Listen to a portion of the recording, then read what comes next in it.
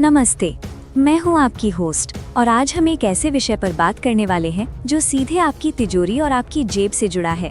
पिछले कुछ दिनों से जब भी हम टीवी खोलते हैं या अखबार पढ़ते हैं तो बस युद्ध की खबरें और तबाही के मंजर दिखाई देते हैं। ऐसे माहौल में हमारे घरों में एक ही चर्चा होती है कि अब सोना खरीदना मुश्किल हो जाएगा, क्योंकि जब भी दुनिया में अशांति होती है तो सोने के दाम आसमान छूने लगते हैं। ये हमारी और आपकी एक स्वाभाविक सोच है, क्योंकि हमने बचपन से सुना है कि सोना ही वो आखिरी सहारा है जो मुसीबत के वक्त काम आता है।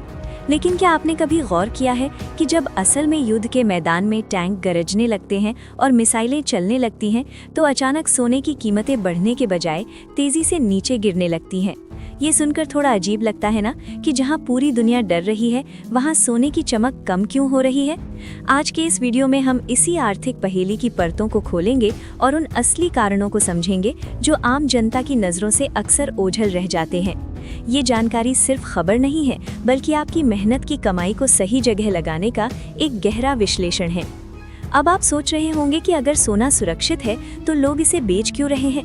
इसका सबसे पहला और सबसे इंसानी कारण है कैश की अचानक ज़रूरत, जिसे हम लिक्विडिटी क्राइसिस कहते हैं। इसे एक उदाहरण से समझिए कि अगर आपके घर में कोई इमरजेंसी आ जाए और आपके पास बैंक में रखा पैसा कम पड़ जाए तो आप सबसे पहले क्या करेंगे? आप शायद अपना सोना ही बेचेंगे ताकि हाथ में नकद पैसा आ सके। ठीक यही काम बड़े बड़े अंतर्राष्ट्रीय निवेशक और हेज फंड मैनेजर्स करते हैं। युद्ध शुरू होते ही दुनिया भर के शेयर बाजार बुरी तरह गिरने लगते हैं और इन निवेशकों को अरबों रुपयों का घाटा होता है। इस घाटे की भरपाई करने के लिए और अपने डूबते हुए पोर्टफोलियो को बचाने के लिए उन्हें तुरंत बहुत सारे नकद पैसों की ज़रूरत होती है।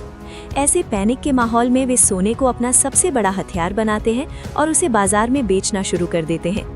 जब एक साथ पूरी दुनिया के बड़े खिलाड़ी मार्केट में सोना डंप करते हैं तो सप्लाई इतनी बढ़ जाती है कि मांग कम होने के कारण सोने के दाम धड़ाम से गिर जाते हैं।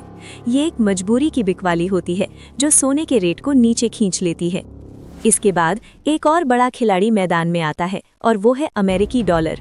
हम सब जानते हैं कि अंतर्राष्ट्रीय बाजार में सोने का लेन देन डॉलर में ही होता है। अब यहाँ एक बहुत दिलचस्प साइकोलॉजी काम करती है। युद्ध के समय जब हर तरफ अनिश्चितता होती है तो दुनिया भर के देशों और निवेशकों को सोने से भी ज्यादा भरोसा अमेरिकी डॉलर पर होने लगता है। उन्हें लगता है कि डॉलर दुनिया की सबसे स्थिर करेंसी है और संकट के समय ये सबसे ज्यादा काम आएगी। जैसे जैसे डॉलर की डिमांड बढ़ती है, डॉलर मजबूत होने लगता है और अर्थशास्त्र का ये अटूट नियम है कि जब भी डॉलर ताकतवर होगा, सोने की कीमत कमजोर पड़ जाएगी। डॉलर का महंगा होना सोने को अंतर्राष्ट्रीय खरीदारों के लिए महंगा बना देता है, जिससे डिमांड कम हो जाती है और कीमतें गिरने लगती हैं। कई बार युद्ध के शुरुआती दिनों में डॉलर सोने से भी ज्यादा सुरक्षित और पसंदीदा निवेश बन जाता है। एक और बहुत ही गहरा और कड़वा कारण है युद्ध लड़ रहे देशों की अपनी आर्थिक मजबूरी। देखिए, युद्ध कोई बच्चों का खेल नहीं है। इसमें हर मिनट करोड़ों डॉलर का धुआं उड़ता है। जब रूस या यूक्रेन जैसे देशों पर कड़े प्रतिबंध लगाए जाते हैं और उनकी अर्थव्यवस्था को बाकी दुनिया से काट दिया जाता है तो उनके पास अपने देश को चलाने और सेना का खर्च उठाने के लिए कैश की भारी कमी हो जाती है। ऐसे में इन देशों के सेंट्रल बैंक अपनी तिजोरियों में रखे गोल्ड रिजर्व को अंतर्राष्ट्रीय बाजार में बेचने के लिए मजबूर हो जाते हैं। जब एक देश कई टन सोना एक साथ बाजार में उतारता है तो ग्लोबल मार्केट में सोने की वैल्यू कम होना बहुत स्वाभाविक है। अपनी करेंसी को बचाने और युद्ध की आग को जारी रखने के लिए ये देश अपनी सबसे कीमती संपत्ति की कुर्बानी देते हैं, जिसका सीधा असर सोने के वैश्विक भाव पर पड़ता है। अब बात करते हैं उस तकनीकी पहलू की जो आपके निवेश को प्रभावित करता है, और वो है ब्याज दरें। युद्ध की वजह से सप्लाई चेन टूटती है और तेल से लेकर अनाज तक सब कुछ महंगा हो जाता है। इस बेकाबू महंगाई को रोकने के लिए दुनिया भर के सेंट्रल बैंक एक सख्त कदम उठाते हैं और वो है ब्याज दरों में बढ़ोतरी। अब आप खुद सोचिए कि अगर आपको बैंक में एफडी कराने पर या सरकारी बॉन्ड खरीदने पर बहुत अच्छा और सुरक्षित ब्याज मिल रहा है तो आप सोने में पैसा क्यों ब्लॉक करेंगे? सोने की सबसे बड़ी कमी यही है कि ये आपको कोई रेगुलर इनकम या ब्याज नहीं देता। जब बैंक में रखे पैसे पर मुनाफा ज्यादा दिखने लगता है तो निवेशक अपना पैसा सोने से निकालकर उन जगहों पर लगाने लगते हैं जहां उन्हें हर महीने या हर साल गारंटीड रिटर्न मिले। निवेशकों का ये पलायन सोने की कीमतों पर भारी दबाव डालता है और दाम नीचे आ जाते हैं।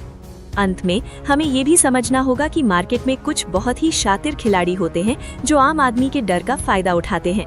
इसे हम मार्केट साइकोलॉजी और प्रॉफिट बुकिंग कहते हैं।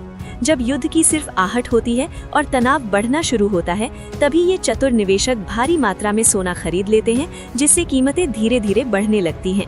लेकिन जैसे ही युद्ध की पहली गोली चलती है और खबरें हेडलाइंस बनने लगती हैं, तब तक ये लोग अपना मुनाफा कमा चुके होते हैं। ठीक उसी समय जब आम जनता डर के मारे सोना खरीदना शुरू करती है, ये बड़े खिलाड़ी अपना सोना ऊंचे दामों पर बेचकर बाहर निकल जाते हैं। इसे कहते हैं अफवाह पर खरीदो और खबर पर बेचो। जब ये बड़े निवेशक एक साथ मार्केट से बाहर निकलते हैं, तो सोने की कीमतें अचानक गिर जाती हैं और छोटा निवेशक खुद को फंसा हुआ महसूस करता है। तो दोस्तों, युद्ध के दौरान सोने का गिरना कोई चमत्कार नहीं है, बल्कि ये ग्लोबल इकोनॉमी और मानवीय स्वभाव का एक मिला जुला परिणाम है। ये समझना बहुत जरूरी है कि सोने में आई ये गिरावट अक्सर कुछ समय के लिए ही होती है। जैसे ही युद्ध के हालात थोड़े शांत होते हैं या दुनिया इस नए संकट की आदी हो जाती है, तो सोना फिर से अपनी असली कीमत की ओर बढ़ने लगता है। एक समझदार निवेशक वही है जो भीड़ का हिस्सा न बने, बल्कि इन बारीक कारणों को समझकर सही समय पर सही फैसला ले। हमें उम्मीद है कि आज का ये विश्लेषण आपको पसंद आया होगा और इससे आपको अपनी निवेश की योजना बनाने में मदद मिलेगी। आपको क्या लगता है कि इस समय सोने में पैसा लगाना एक समझदारी भरा फैसला है या अभी और इंतजार करना चाहिए? हमें कमेंट बॉक्स में जरूर बताएं। इस वीडियो को लाइक करें और अगर आप ऐसी ही और गहरी जानकारियाँ चाहते हैं तो हमारे चैनल को सब्सक्राइब करना ना भूलें। मैं हूँ आपकी होस्ट और आप देख रहे हैं हमारा खास शो। शुक्रिया।